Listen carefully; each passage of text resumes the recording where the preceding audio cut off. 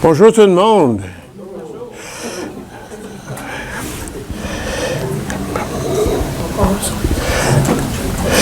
Donc, ce matin, je vois de nouveaux visages. Bienvenue. Hello. Nous sommes dans la première épître de Paul aux Thessaloniciens et le chapitre 1 et le verset 4.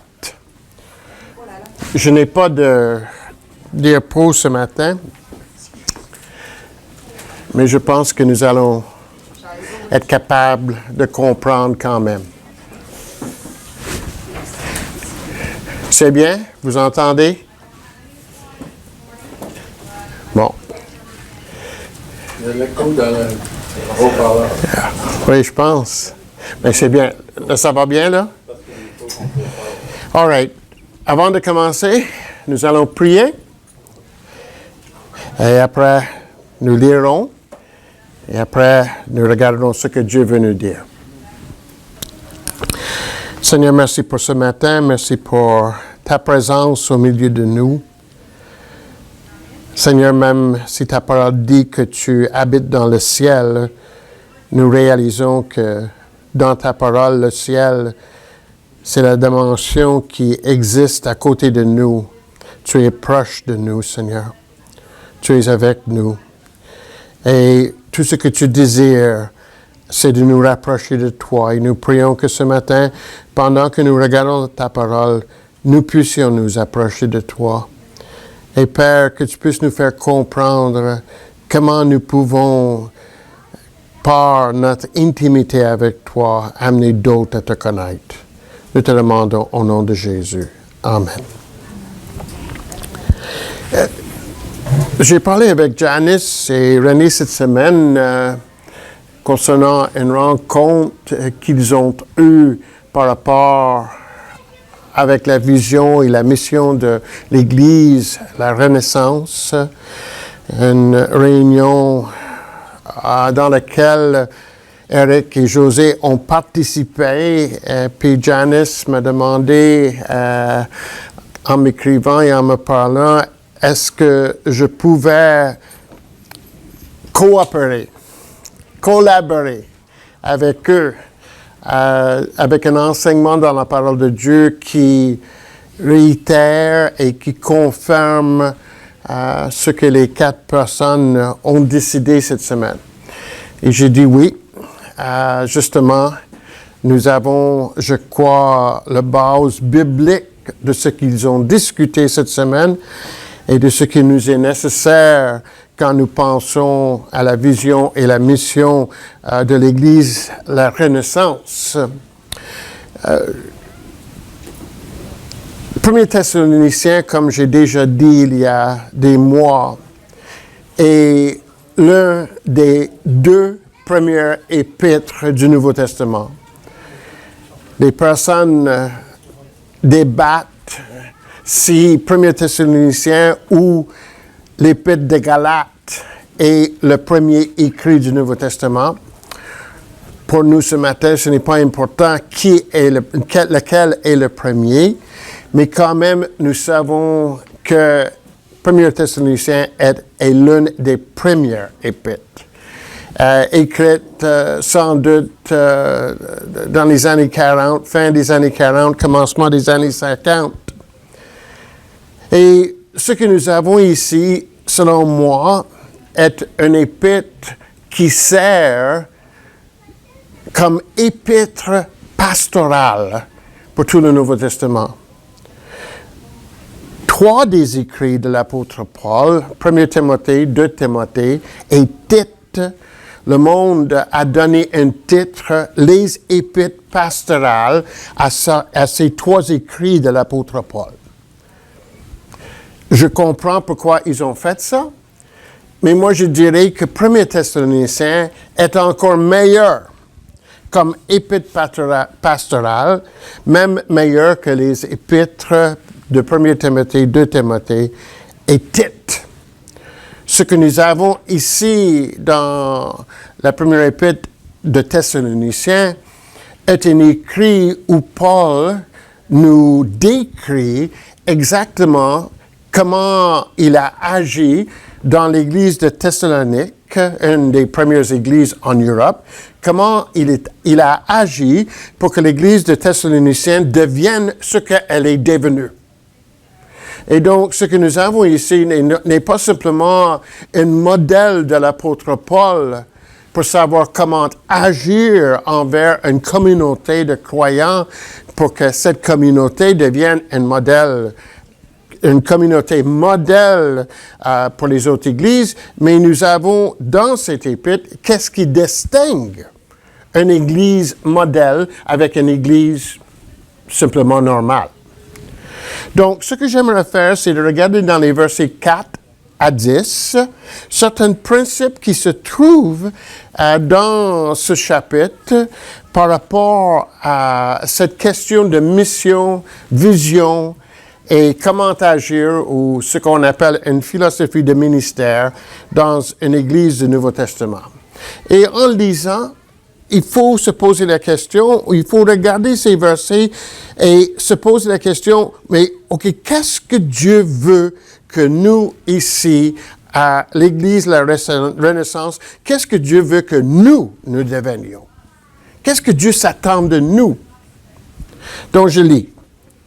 1 Thessaloniciens, chapitre 1, et le verset 4. Tout le monde y est? On est correct? Nous savons, frères et sœurs, est-ce qu'ils pensaient ou est-ce qu'ils savaient? Ils savaient, n'est-ce pas?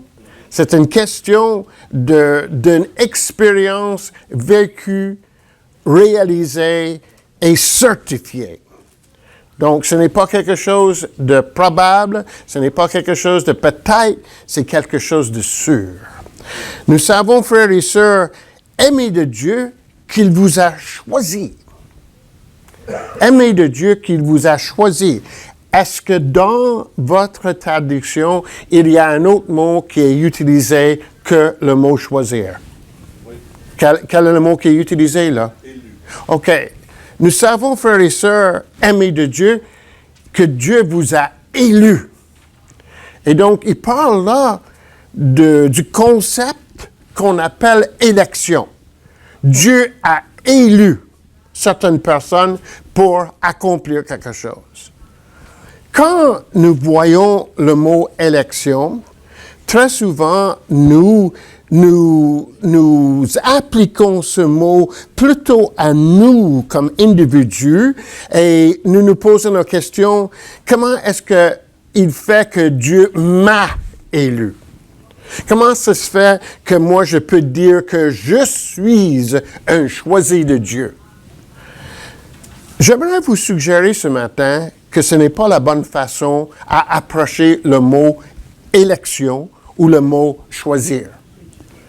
Premièrement, il ne dit pas ici, je te dis frère ou sœur, aimé de Dieu, que Dieu t'a choisi. Qu'est-ce qu'il dit?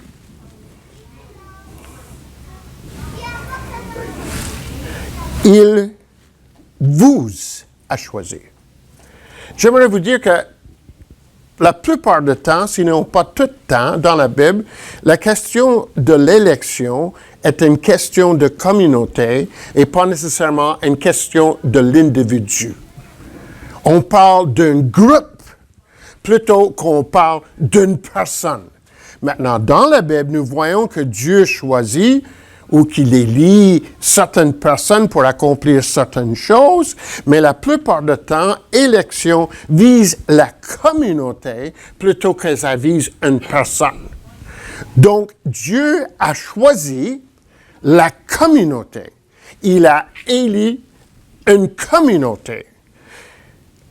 Une autre chose que j'aimerais vous dire par rapport à l'élection, c'est que l'élection n'est jamais dit sans avoir un but. Donc, Dieu nous a choisis pour. Il y a toujours un but. Il y a toujours un objectif. Donc, l'élection n'est pas simplement que moi je puisse dire « je suis un choisi de Dieu », mais l'élection a pour but que l'Église dit « nous avons été choisis pour quelque chose ». L'élection, c'est pour quelque chose. A purpose, une raison, c'est bien dit Robert, une raison d'être, un but, un objectif. Et là, la prochaine question à se poser, mais c'est quoi? Pourquoi Dieu nous a choisis? Vous savez, l'élection dans la Bible a un but principal. Et ce but principal, c'est que Dieu puisse avoir, maintenant il faut que je choisisse une façon de dire ça, il faut que Dieu puisse rendre les choses parfaites ou amener les choses à avoir l'ordre dans l'univers comme il a toujours voulu depuis le livre de Genèse. Dieu a créé quelque chose dans le livre de Genèse, dans le chapitre 1 et 2. Il voulait que ce univers agisse d'une certaine façon. Et en réalité, ce que Dieu voulait, c'est que sa création puisse devenir ou puisse réaliser son plein potentiel. Que ce soit la nature, que ce soit les animaux, que ce soit le ciel, et encore plus que ce soit l'homme. L'élection a pour but que l'homme puisse devenir toujours ce que Dieu a voulu depuis Genèse. Mais nous savons que dans le livre de Genèse, qu'est-ce que l'homme a fait? Il a péché. Et donc, au lieu de vivre dans un cosmos, vous savez d'où vient le mot cosmos? Quand nous entendons le mot cosmos, nous pensons à quoi? Nous pensons à quoi? L'univers. Quel mot en français est-ce que nous avons qui est très semblable à cosmos? Et je veux la réponse des femmes. Quel mot? Come on? Oui, exactement. Et cosmétique. Et nous utilisons les cosmétiques pour quelle fin? Les hommes? Non. Les femmes pour quelle fin? Quelle fin? Well, j'ai demandé aux femmes. On utilise les cosmétiques pour quoi? Pour embellir et pour s'arranger. N'est-ce pas? Pour s'arranger. Et Dieu voulait que le cosmos soit arrangé de la bonne façon pour que son plein potentiel puisse être révélé. Mais au lieu qu'on ait un cosmos, l'homme a créé un chaos. Un chaos. Exactement. Maintenant, c'est quoi? Qu'est-ce qui signifie le mot chaos?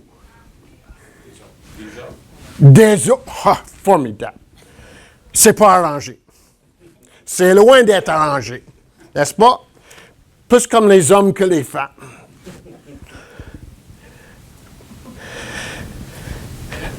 Le but de Dieu, c'est que l'univers devienne un cosmos, pas un chaos. Et pour le faire, il fallait qu'il y ait un plan pour le rendre jusque-là. Et ce plan impliquait l'homme, les fils d'Adam et d'Ève, impliquait un autre monsieur et sa famille qui a été choisi, Abraham, impliquait la famille d'Abraham à un moment donné qui est devenue qui? Israël, n'est-ce pas? Israël, qui impliquait à un autre moment donné, quand Israël a failli, l'homme parfait, qui est qui? Jésus-Christ, Dieu lui-même, qui est venu ici sur terre pour s'assurer le cosmotiser de tout l'univers. N'est-ce pas? Ça, c'était le but. Et qu'en Jésus, nous trouvons à l'intérieur de cet homme, ce Dieu, qui permet que nous aussi, nous puissions participer, premièrement, en étant cosmétisés, mais aussi à pouvoir aider tout ce qui est autour de nous à être cosmétisé. Et donc, l'élection a pour but de participer avec Dieu dans le salut de tout l'univers. Mais pour nous, impliquant certainement l'humanité qui est autour de nous. Et dans tout ce que nous vivons, d'agir en sorte que nous voulons créer cosmos et pas chaos. Ça, c'est le but. Le but de Dieu n'est pas que nous ayons une religion. Comprenez-moi là. Le but de Dieu n'est pas que nous créions une religion. Parce qu'une religion, normalement, entre guillemets, dans notre coutume, dans notre culture ou dans la compréhension normale de l'humanité, le but de la religion, c'est de pratiquer les rituels qui nous permettent de nous sentir plus proches de Dieu et de faire notre devoir religieux pour que nous puissions rentrer chez nous et nous sentir bons. Le but de Dieu, c'est que nous participions. Nous avons été choisis en communauté. La Renaissance a été choisie comme communauté de participer avec Dieu dans la cosmétisation de tout ce qui est autour de nous. Que ce soit la façon que nous agissons en tant que mari, en tant qu'homme, en tant qu'employé, en tant qu'étudiant, en tant que professeur, en tant qu'enfant, en tant que parent, en tant que voisin, en tant que citoyen, tout. Parce que qu'est-ce qui ne fait pas partie du cosmos? Dites-moi. Tout fait partie du cosmos. Donc, notre élection n'est pas simplement une question d'aujourd'hui, dans ce que nous faisons ici, pendant que nous sommes ensemble, ou pendant que nous prions, ou pendant que nous lisons notre Bible. Vraiment, l'élection touche quoi? L'ensemble de tout ce que nous faisons. Et donc, si vous participez à la Renaissance et que vous vous dites chrétien, ce n'est pas assez de dire, OK, mais moi je vais à l'église dimanche, ou que moi je prie, ou que moi je mette les versets sur Facebook. Tandis que ça fait partie. Le but, c'est vraiment que je participe avec Dieu en Jésus-Christ pour la guérison du cosmos et tout ce qui est compris. Me suivez? Très important. Paul dit dans le chapitre 1, excusez-moi. Il dit, nous savons, frères et sœurs, aimés de Dieu qu'il vous a choisis, et la seule raison pourquoi nous faisons un tel travail, c'est parce que Dieu nous a aimés. Mais ça, c'est une autre chose. Mais dans le verset 5, parce que notre évangile ne vous a pas été prêché en parole seulement, mais en puissance avec l'Esprit Saint, avec une pleine conviction. Donc, dans le verset 5, le sujet, c'est quoi? Le sujet de ce verset, c'est quoi? L'Évangile. Pour que le cosmos puisse être repéré, il fallait que quelque chose arrive. Nous pouvons participer à améliorer le cosmos seulement à cause d'une chose, et c'est quoi? Verset 5. C'est l'Évangile. C'est la seule chose qui nous permet de pouvoir participer au travail de Dieu et au plan de Dieu et au narratif ou l'histoire de Dieu. C'est l'Évangile. Le monde ou les gens qui sont autour de nous, depuis tout temps, essaient de rendre notre monde meilleur dans tous les contextes. Mais en réalité, nous ne sommes pas capables comme les hommes parce que nous péchons et nous sommes les pécheurs. Vous savez qu'est-ce que le mot péché veut dire? Deux significations dans l'hébreu, deux significations. Premièrement, manquer le but. Et deuxièmement, s'égarer du bon chemin. Donc, on a l'idée que quelqu'un tire à l'arc et tire une cible et qui manque toujours la cible. Ça, c'est le péché. Maintenant, est-ce qu'il y a quelqu'un qui fait du tir à l'arc ici? Est-ce qu'il y a quelqu'un qui a déjà fait du tir à l'arc ici? Ben, OK, il y en a une couple. Ça, c'est quand tu joues à la musique, ça? C'est ça? Oui. Quand on tire à l'arc, chaque fois qu'on met une flèche dans le tir à l'arc, c'est ça? Dans l'arc, quand on met la flèche, qu'est-ce qu'on veut faire? On veut atteindre le but, n'est-ce pas? Est-ce qu'il y a quelqu'un qui fait du tir à l'arc qui veut toujours manquer le cible? Non. Donc, ce n'est pas une question de l'intention. Parce qu'on veut toujours atteindre le cible. Mais le problème, c'est que selon la Bible, qu'est-ce qui arrive? On ne l'atteint pas. Nous le manquons tout le temps. Des fois, on peut toucher peut-être le cible un peu.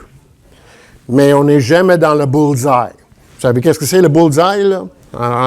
On n'est jamais dans le bullseye.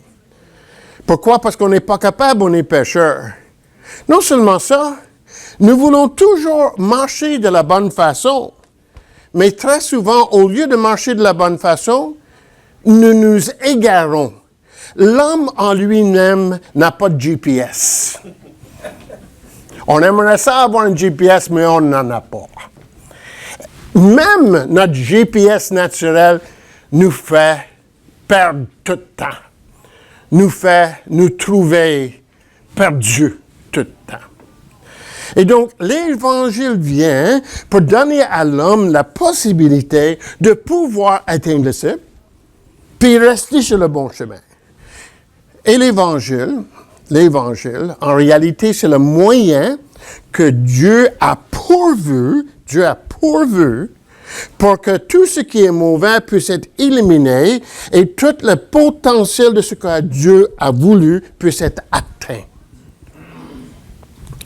Et la façon que Dieu a produit l'Évangile, selon la parole de Dieu, c'est que Dieu a promis dans l'Ancien Testament, parce que l'homme Abraham, parce que la nation Israël, parce que le roi David n'a pas pu vraiment amener mon plan à terme, moi-même, personnellement, je vais descendre sur la terre et je vais faire ce que l'homme n'est pas capable de faire. Et je vais le faire dans la forme de l'homme. Et qui est-ce qui a fait ça? Le Seigneur Jésus.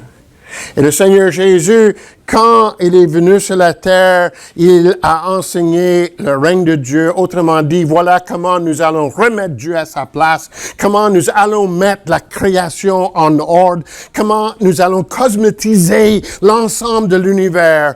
Et lui, il est allé à la croix, puis il a dit, voilà pour tout ce qui n'est pas bien, pour tout ce que nous n'avons pas fait bien, moi je vais mourir pour que le jugement tombe sur moi, afin que moi, je puisse être jugé pour tout ce qui est mauvais, parce qu'il faut toujours un jugement. Et Dieu l'a ressuscité pour qu'une nouvelle création puisse se faire. La résurrection, c'est une nouvelle création. Et dans la création, Dieu met les choses en ordre dans le cosmos. Et donc, en Jésus-Christ, nous puissions participer maintenant avec Dieu, à cause de Jésus-Christ, à cette nouvelle façon de participer au cosmos. Donc, Paul dit, l'Évangile n'a pas été prêché en parole seulement, mais en puissance dans l'Esprit Saint et dans une pleine conviction. Pour que le plan ou l'élection de Dieu puisse se faire, il faut que le monde, qu'est-ce qu'il dit au verset 5? Il faut que l'Évangile soit quoi?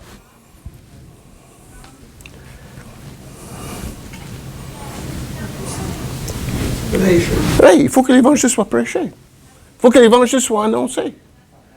Et dans le plan de Dieu, ce que Dieu veut de son Église pour que nous puissions participer à son élection, il faut que nous commencions à prêcher. Il faut que nous commencions à annoncer. Le mot prêcher ne veut pas du tout dire, OK, il faut que chacun devienne un petit Leslie ou un grand Bill, Mutton Jeff. faut pas que chacun pense que c'est ça qu'il faut qu'il devienne. Prêcher veut dire, il faut qu'on annonce la réalité. Voilà la possibilité à cosmétiser tout ce que nous voyons est possible seulement en Jésus-Christ, à cause de Jésus-Christ a fait et à cause de la résurrection de Jésus-Christ. C'est la seule façon. Donc, il faut l'annoncer. Pensez que vous veniez ici à l'Église et que vous priez, que vous lisiez vos Bibles, c'est le but. Ce n'est pas écrit ici. Ce qui est écrit, c'est qu'il faut que nous prêchions. Il faut que nous annoncions la bonne nouvelle. Et il faut que nous annoncions la bonne nouvelle dans tout ce que nous faisons. Pas simplement pour que quelqu'un puisse être sauvé et qu'il puisse vivre le pardon de ses péchés et participer à la famille de Dieu. Non, c'est d'aller dans le monde, dans le cosmos, dans tout ce que nous faisons et d'annoncer la seule façon que nous pouvons vivre, c'est la façon où Dieu est roi. Jésus-Christ est Seigneur. Dans le travail, dans la maison, dans le voisinage, dans tout. Nous sommes appelés à aller et vivre ça. Maintenant, nous lisons dans le verset 5, 6. Et vous êtes devenus, vous-même, vous êtes devenus nos, quoi? Ceux du Seigneur, en accueillant la parole de Dieu au milieu de grandes difficultés avec le choix du Saint-Esprit. Et ainsi, vous êtes devenus un modèle pour tous les croyants de la Macédoine et de l'Achaïe. En effet, non seulement la parole du Seigneur a retenti depuis chez vous en Macédoine et en Achaïe, mais c'est aussi partout que votre foi en Dieu s'est fait entendre. Maintenant, géographiquement, où est-ce que Dieu veut que la parole de Dieu ou que l'Évangile soit propagé? Où? Partout. L'Église de Thessalonique, qui quand même était une très petite Église, il ne faut pas penser que les Églises au temps du Nouveau Testament étaient des grosses Églises comme nous connaissons. Ce n'est pas vrai. Selon le Nouveau Testament, les Églises étaient comme nous autres, les petites communautés. Et même nous, ici ce matin, nous serons considérés comme une des grosses Églises dans le temps du Nouveau Testament. Il faut vraiment se le mettre dans la tête, ça. On n'est pas petit dans l'image du Nouveau Testament d'une Église. Nous sommes parmi les plus grosses. Et donc, il ne faut pas penser parce que nous sommes simplement une petite communauté que nous ne pouvons pas avoir un impact. Nous pouvons avoir un impact.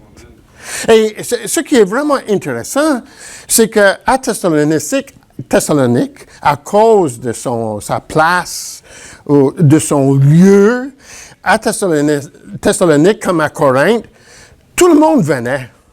C'était sur la voie Ignace qui voulait dire, ce n'était pas seulement les Thessaloniciens qui voyageaient par là, il y avait des gens de tout partout dans le monde qui voyageaient à Thessalonique, qui arrivaient à Thessalonique et qui partaient de Thessalonique. Donc, nous pouvions voir à Thessalonique une bonne représentation de différentes nationalités qui pouvaient exister dans le monde aujourd'hui. Autrement dit, si nous entrions dans l'église de Thessalonique, on pouvait voir les Anglais, pas en premier lieu, mais les Anglais. On pouvait voir les Français, les Québécois.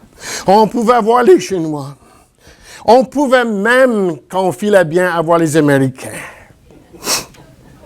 Il y avait de tout dans l'église. Là, je fais des farces, là, mais vous comprenez l'idée. Nous, ici à la Renaissance, nous sommes privilégiés. Nous sommes comme une église de Thessalonique qui n'a pas simplement un groupe, mais un groupe varié. Et en réalité, nous avons une possibilité ici à avoir la parole de Dieu qui retentit de chez nous et qui touche le monde entier. Pense ici, là. Pense ici. Mais pour le faire, il faut que nous apprenions une stratégie. Et la stratégie ici peut se résumer en 3 mots. Imitateur, modèle, imitateur. On est des imitateurs de qui? Selon ça? De Paul et de Christ. Après qu'on est devenu des imitateurs, on devient quoi? Les modèles. Après qu'on est devenu des modèles, qu'est-ce qu'il faut qu'ils fassent? Qu'on produise quoi? Exactement, Robert. Le cycle d'une vie de l'Église se résume en 3 mots. Imitateur. On est des imitateurs de Paul et de Christ.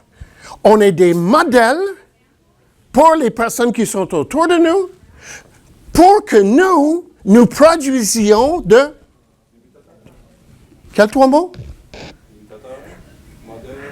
Imitateur. Si vous voulez réussir vos vies chrétiennes, il faut premièrement devenir un... De qui? Paul et de Christ. Il faut devenir un imitateur. Dire que je suis chrétien et ne pas être un imitateur, c'est un non-sens selon la parole de Dieu. Le but, c'est de devenir un imitateur. Mais même dire que je suis un imitateur, ce n'est pas assez non plus. Parce que Dieu veut non simplement que j'imite, mais que je devienne un modèle. Et non seulement est-ce qu'il veut que je devienne un modèle, il veut que je reproduise les 3 progressions d'un chrétien ou d'une église. C'est d'avoir pour devenir, afin de produire, les imitateurs. C'est le but, ça. C'est comme dans une famille. On grandit pour qu'à un moment donné, normalement, nous nous marions. Quand nous nous marions, notre but, c'est avoir les enfants. Pour qu'un jour, les enfants grandissent et qu'ils se marient et que produisent des enfants. Pour que nous accomplissions ce que Dieu a dit au commencement, allez dans tout le monde et assujettez le monde entier, mais multipliez-vous. Multipliez-vous. Et c'est le but pour nous.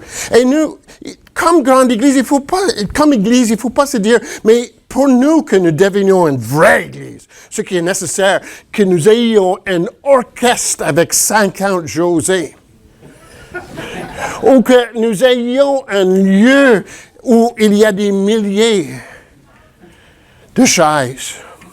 Ou que nous ayons une Église qui a une croix qui monte jusqu'au ciel.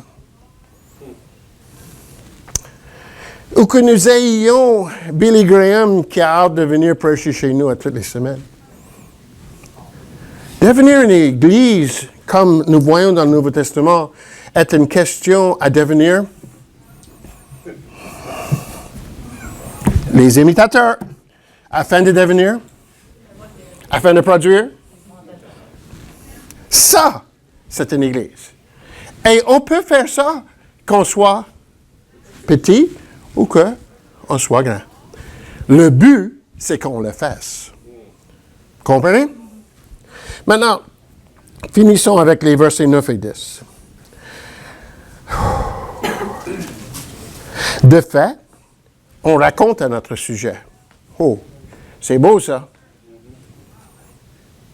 Les Thessaloniciens ont développé une renommée.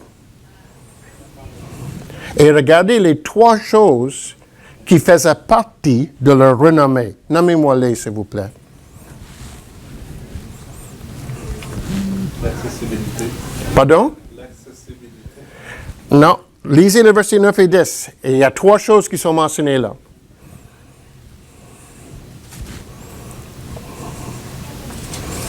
Convertir. OK. Convertir en abandonnant les idoles. Et là, deuxièmement, pour servir le Dieu vivant et vrai. Et troisièmement,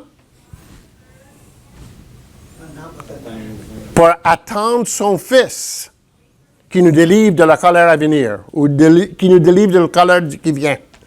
Alors, check-moi ça. On a fait quoi dans le passé? On a verset 9.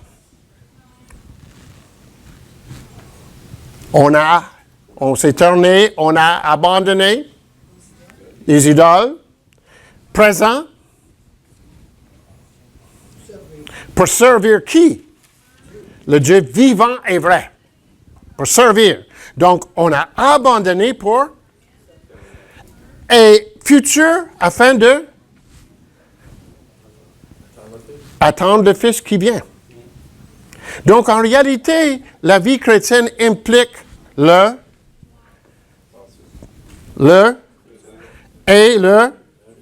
futur. Donc, notre vie chrétienne n'est pas une question simplement d'hier, mais c'est une question d'hier, c'est sûr, mais c'est une question et c'est une question aussi demain. Regardez bien ici que Dieu, en réalité, protège notre passé, notre présent et notre futur. Parce que sa promesse, c'est de nous, dans le verset 10, nous quoi pour de la colère? De nous délivrer. De nous délivrer. Mais pour nous délivrer, il faut s'occuper de notre passé. Il faut abandonner les idoles pour se tourner vers Dieu. Ça, c'est la vraie conversion. Comme au premier siècle, il y avait beaucoup d'idoles. Aujourd'hui aussi, il y a beaucoup d'idoles. Là. Et les personnes, pourquoi est-ce que nous adorons les idoles? Et pensez pas qu'on n'adore pas les idoles. On adore l'argent, on adore le sexe, on adore la violence. Et on peut nommer les choses et les nommer.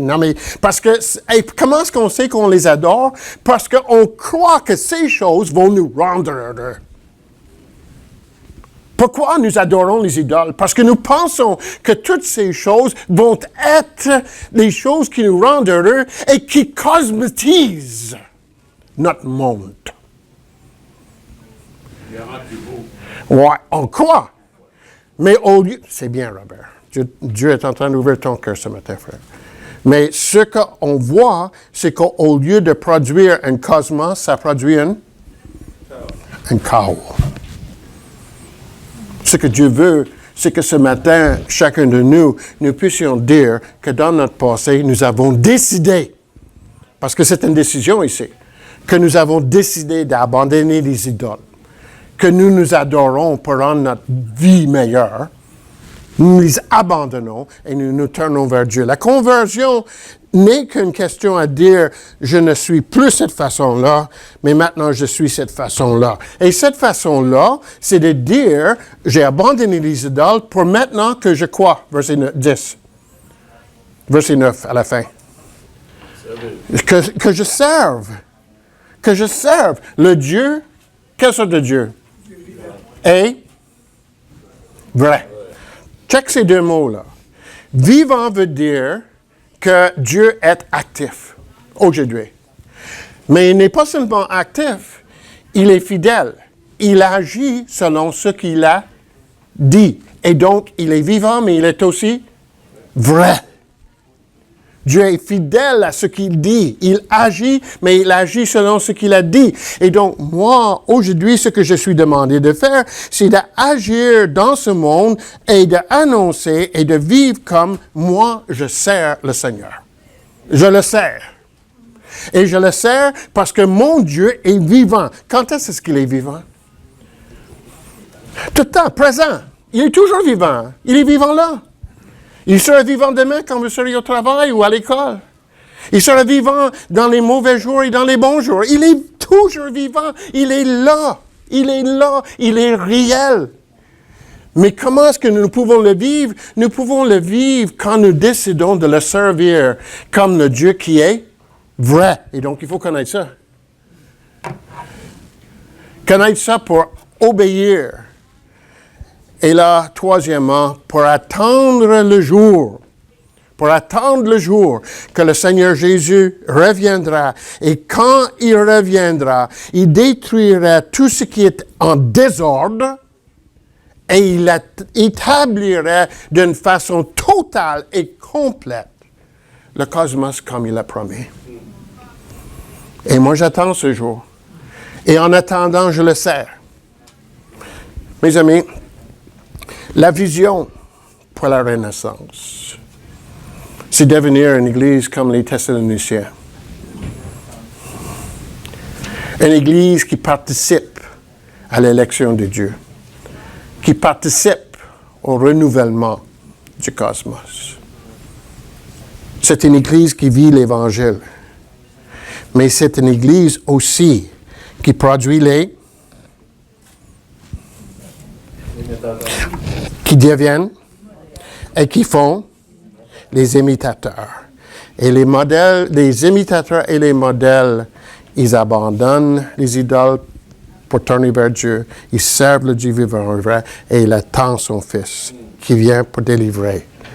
Mais mes amis, il faut se poser la question, comment je puis devenir un imitateur? Comment je puis devenir un modèle? Comment je puis devenir un modèle qui forme d'autres imitateurs? Ça, c'est votre travail.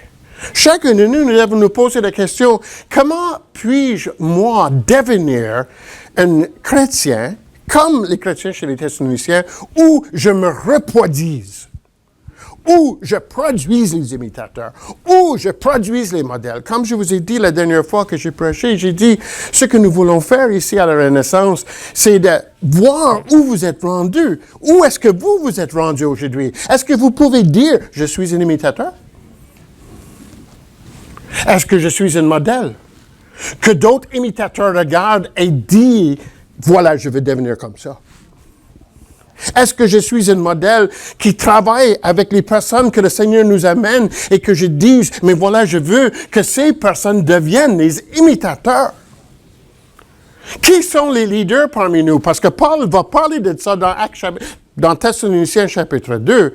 Les leaders parmi nous sont les personnes qui sont les imitateurs, qui sont et qui sont en train de reproduire les imitateurs.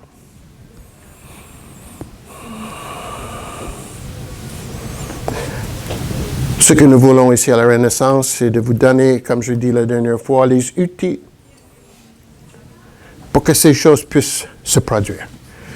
On est content que vous êtes là le dimanche. On est content que vous vous aimez et que vous vous aidez les uns les autres. Mais ce que nous désirions, c'est que vous deveniez les imitateurs, les modèles, et que vous formez d'autres imitateurs. Prions. Merci Seigneur pour ce jour, cette journée. Merci pour ces pensées. Et nous nous mettons devant toi, Seigneur, pour que, comme ta parole dit, que notre élection puisse être certaine. Non seulement en parole, mais en puissance, la puissance de l'Esprit Saint, et dans une grande conviction. Nous te demandons au nom de Jésus. Amen.